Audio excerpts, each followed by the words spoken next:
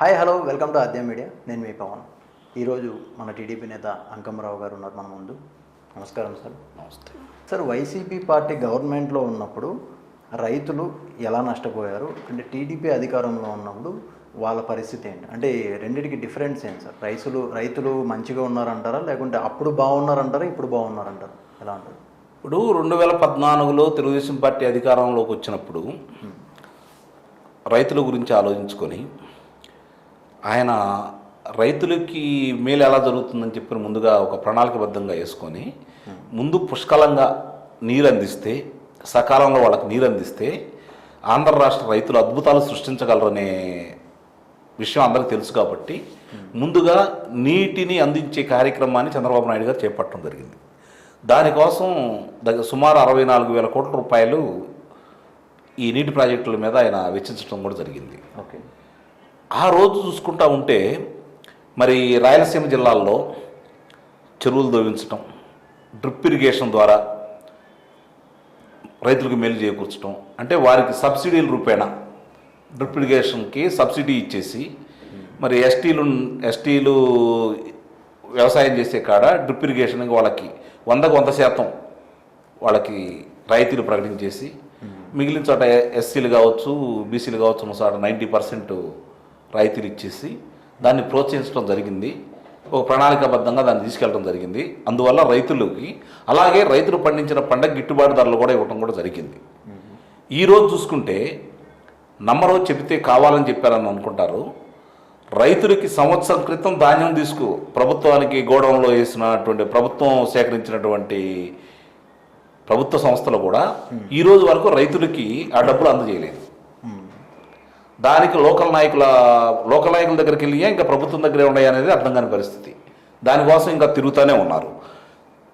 ముఖ్యంగా 2020 నుంచి 22 నుంచి 23 వరకు ఖరీఫ్ సీజన్లో ఒకసారి చూసుకుంటే మనకు ఆంధ్ర రాష్ట్రంలో సుమారు 1,20,000 టన్నులు మనకి ధాన్యం పంచడం కూడా జరిగింది.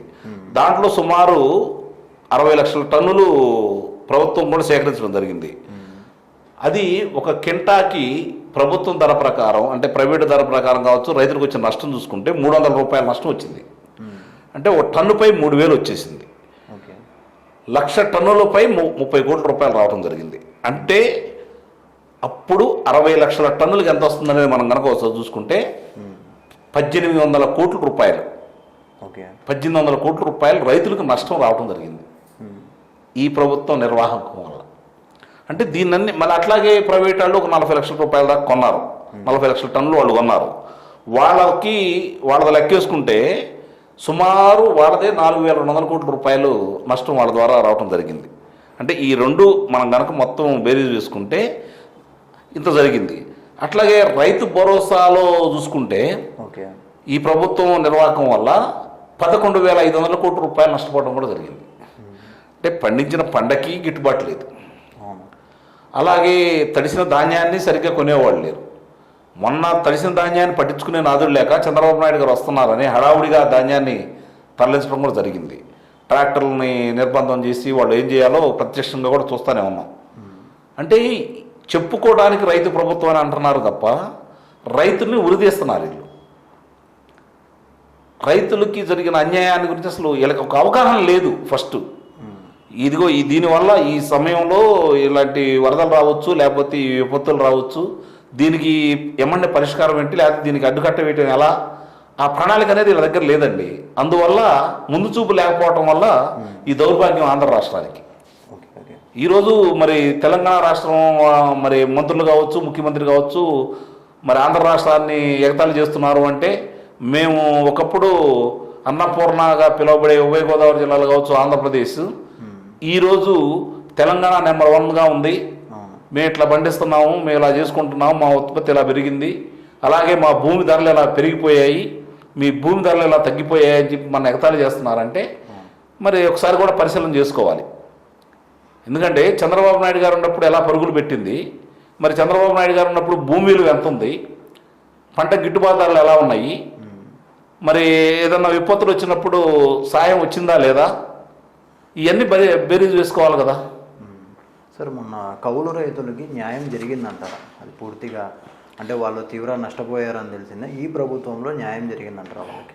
అంటే కౌలు రైతులకి న్యాయం జరిగిందా లేదా అంటే చంద్రబాబు నాయుడు గారి పరిపాలనలో దగ్గర దగ్గర 15,000 కోట్లు వాళ్ళకి చెల్లించడం కూడా జరిగింది. ఆ రోజు 55 లక్షల మంది లబ్ధి పొందడం కూడా జరిగింది. ఇంకోటి రైతులకు వచ్చేతలకి ఆ రోజు రైతు రుణమాఫీ అన్నారు కదా చంద్రబాబు నాయుడు గారు. సరే ఆర్థిక పరిస్థితి వల్ల ఒకేసారి చేయలేకపోయింది అనేది మాత్రం వాస్తవం, అందుట్లో సందేహమే లేదు. కానీ 50,000 మంది 50,000 రూపాయల లోపు తీసుకున్న వాళ్ళందరికీ ఒకేసారి రుణమాఫీ చేయడం కూడా జరిగింది కదా. అలాగే కౌలు రైతులకు కూడా లబ్ధి చేకూర్చడం జరిగింది కదా. మరి ఈ ప్రభుత్వం ఎందుకు చేయలేకపోతున్నారు? ఆ రోజు 6 లక్షల మంది కౌలు రైతులకి వాళ్ళకి ఒక్కొక్కరికి 15,000 రూపాయల కాడికి చంద్రబాబు నాయుడు గారు తెలుగుదేశం ప్రభుత్వంలో వేయడం జరిగింది. ఈ రోజు నువ్వు ఎందుకు లేకపోతున్నావు? వాళ్ళకి రావాల్సిన బకాయిల దగ్గర దగ్గర 4,000 కోట్ల రూపాయల చిల్లర ఉన్నాయి కదా, అవి నువ్వు ఎందుకు తీర్చలేకపోతున్నావు? ఒకసారి ఆలోచించండి. అంటే ఈరోజు ఏడాదికి డిసెంబర్ నాటికే ఇన్ని 1,100 కోట్ల రూపాయల చిల్లర ఒక సంవత్సరంలోనే నువ్వు కౌలు రైతులకు రుణాలు చేయకుండా చేసావు అంటే మరి మీరు ఏం చేస్తున్నట్టు? ఆ రోజు ₹1,00,000 లోపు వాళ్ళకి వడ్డీ లేదు, వడ్డీ లేని రుణం. 1,00,000 నుంచి 3 లక్షలు తీసుకున్న వాళ్ళకి సకాలంలో చెల్లించిన వాళ్ళకి 25 పైసలే వడ్డీ పడేది. బ్యాంకులకి ప్రభుత్వమే ఇవ్వడం జరిగేది. మరి నువ్వు ఆ పథకాలన్నీ ఈరోజు నువ్వు రద్దు చేసావు కదా. మరి రైతులకు మేలు చేస్తున్నావా, అన్యాయం చేస్తున్నావా? ఒకసారి ఆలోచించుకోవాలి కదా. రైతు సోదరులు ఆలోచించుకుంటున్నారు. ఆలోచించుకునే వాళ్ళ తిరుగుబాటు వచ్చింది కాబట్టే, చైతన్యం వచ్చింది కాబట్టే ప్రతిపక్ష నాయకుడికి అట్లా ప్రజాదరణ వస్తుంది. ఈసారి రైతుల సపోర్టు మన టీడీపీ వైపు ఉంటుందంటారు అసలు? దాన్ని అసలు ఇంకా ఆ రెండు ఆలోచనే లేదండి. రైతు నిజంగా అంటే ఇప్పుడు నాకు ఒక 50 ఎకరాలు ఉంది. నేనేదో కౌలుకి ఇచ్చేసి పట్టణంలో ఉండి చేసుకునే వాళ్ళు కొంతమంది ఉండొచ్చు. కానీ గ్రామ స్థాయిలో ఉండి వ్యవసాయం చేసే రైతులందరికీ కూడా ఈ ప్రభుత్వం వల్ల జరిగిన అన్యాయాన్ని క్షుణ్ణంగా తెలుసు.